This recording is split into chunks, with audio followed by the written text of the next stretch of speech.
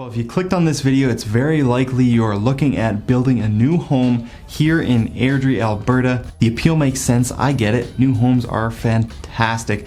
But in this video, I just want to go through a few things that you might not have thought of when building a new build through that shiny exterior that the builder presents you. And I want to make sure that you are fully prepared for the build that you are about to do here in Airdrie. My name is Brad Walker. I'm a realtor here in Airdrie with Real Broker, and in today's video I wanted to go through 4 things that you may not know about the new build experience that I just wanted to bring to light so that you can make the best decision for you and your family.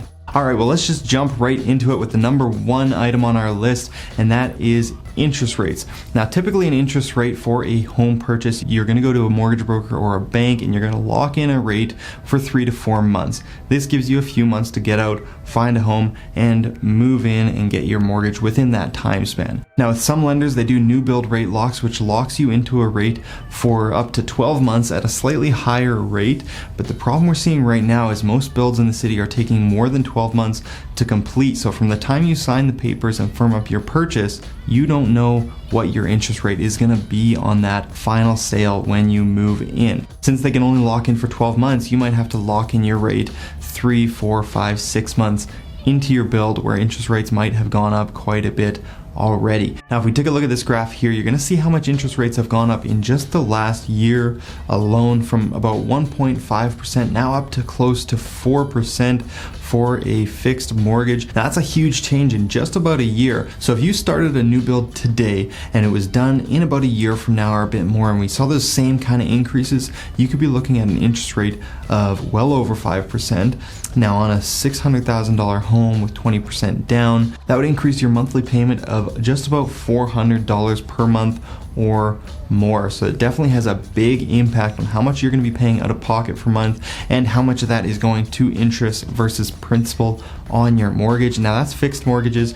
The variable right now isn't a whole lot better, as it's been going up quite a bit too. Just from January this year, we've seen variable mortgages go from about 1% for your mortgage now up to about 2% on that variable mortgage. So they are going up at quite a dramatic rate right now. So if you lock in a new build now, it's pretty unknown what your interest rate is going to be by the time you take possession of that home. Alright, now number 2 on our list is escalation clauses. Now, if you're from Ontario or BC and watching this video, you very well might have heard this term before, but I know from talking to a lot of Alberta buyers that most of them have never even heard of this or know what it means to them as buyers of new build homes. Now, when you're buying from a builder, that builder is a business, and the business is to make profit, and they want to make as much profit as possible. And when prices have been going up as rapidly as they have been around here in the last year, the builder wants to get as many of those profits as possible. And one of the ways they do that is through these escalation clauses. Now, these clauses in the builder contracts essentially give the builder the right to increase your price that you're paying for the home that you've already firmed up on at any point during that build. And if the builder chooses to act on the clause,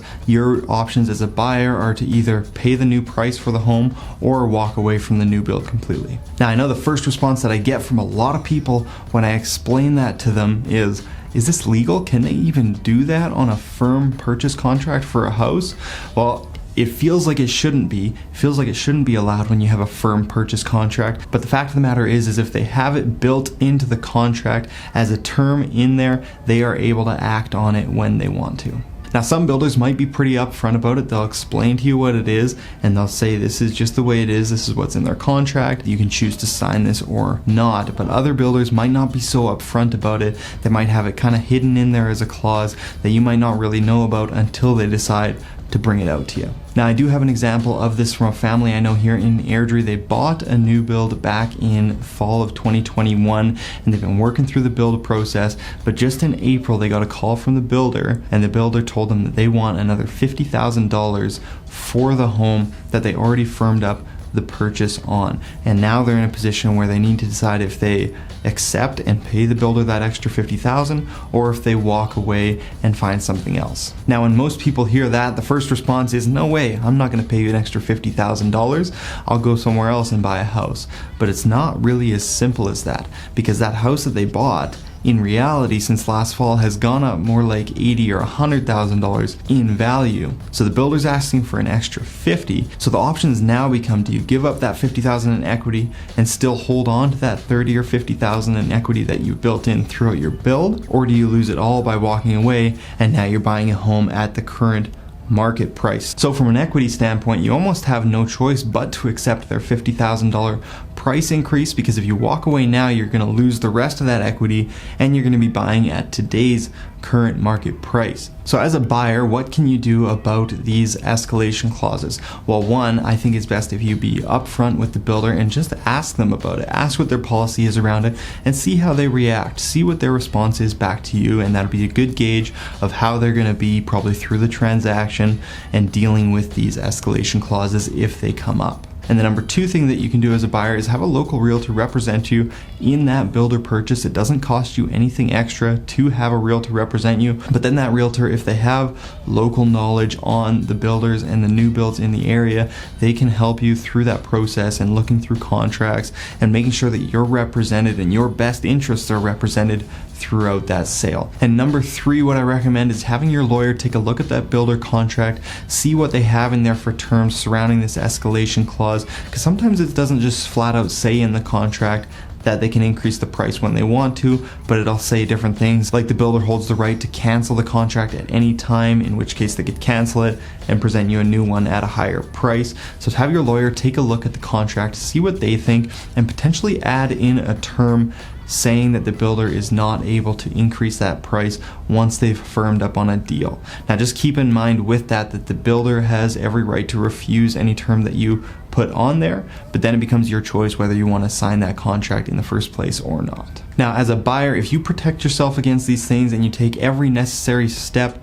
to do so, then you can have a great experience buying a home still, but you just need to make sure that you take the right steps to make sure that you come out on top and not just the builder.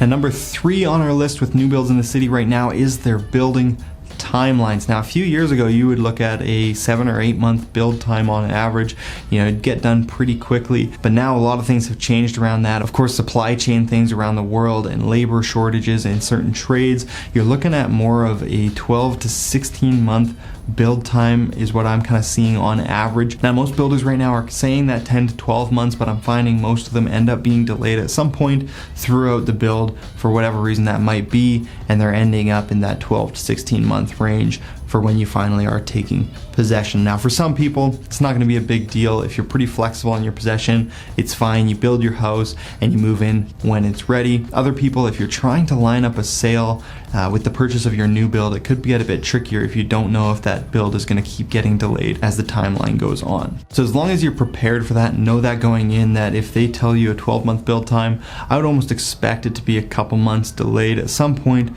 throughout that process. As long as you're prepared for that, it shouldn't be a big deal, just something to know going in. Now another consideration with the timelines though is that it does give more time for the prices in the market to increase, and the longer that build time is, the more often you could run into something with an escalation clause. And number 4 on our list today is wait lists. Now, if you've been looking for a new build in Airdrie, I'm sure you're well aware of the wait lists builders have right now. Pretty much every builder in the city has them because they're only releasing a few lots at a time.